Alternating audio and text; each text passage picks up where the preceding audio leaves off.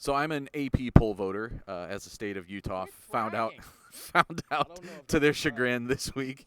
And 3 possessions into Ohio State's 52-21 victory over Wisconsin, I start thinking to myself, last week I had Georgia as what I thought was kind of the clear number one team on my ballot, and I'm starting to think that may not be so clear anymore, that maybe Ohio State deserves that number one vote. So Nathan Baird from cleveland.com, along with Doug Lesmerises and Stephen Means. Doug, do you think Ohio State should be the number one team in the country right now? I'll save the Kent State part for Kent State alum Stephen Means because that's part of it. No. No, because I feel like Georgia had such a big lead coming into this week.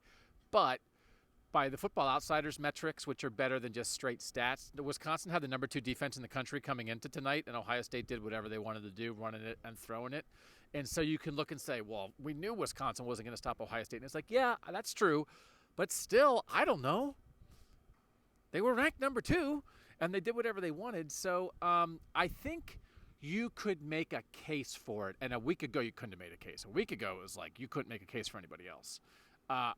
They're clearly the second best. I think they should be ahead of Bama. And I think that's a reasonable question. Should they move ahead of Bama? I can't quite pull the trigger yet, but if someone else wanted to, I would get it.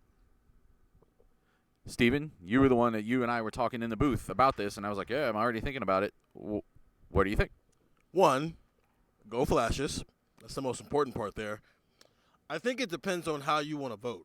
I think if there's how big of a deal what have you done for me lately is in your thought process as a voter, then yes, Ohio State should be number one in the poll this week because Georgia struggled with Kent State, which, as proud as I am of my alum, of my school, that's a group of 5 team who historically is not good at football, and Georgia has looked unbeatable up to this point. So maybe they have earned a little bit of leeway, so it is more of a Georgia still number one, but the vote is a little bit tighter because Ohio State stole some first-place votes. But Ohio State handled its business this week while Georgia was playing a group of 5 team and struggled. And at least for a quarter and a half, it looked like, is Kent State going to pull this off? Let me have my moment.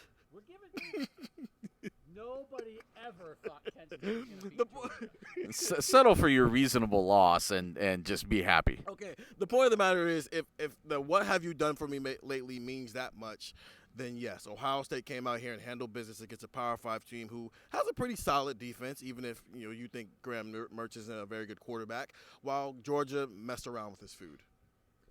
So here's the quick resume breakdown. Ohio State has the game against Arkansas State, and Georgia has one over Samford. Those are maybe similar. Ohio State has the win over Toledo. What was it, 77-21 last week, and then Georgia struggles with its MAC opponents. Relatively struggles.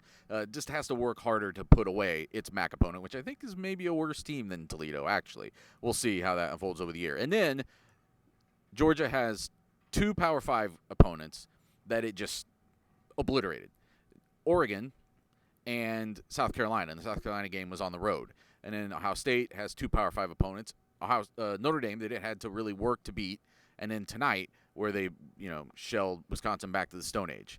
So you get to really start comparing. For me, the way I vote, it's not really what have you done for me lately. It really is the totality of the resume, but they're pretty close. So then maybe you do have to start thinking about where they are right now at this juncture of their season and what are they showing. And again, Ohio State did it without Jackson Smith and Jigba, without its 2 starting cornerbacks. I mean, they had kind of one arm tied behind their back a little bit and still came out and just flattened a team that started the year in the top 25. So that counts for something. We will see how other people vote. How are you going to vote?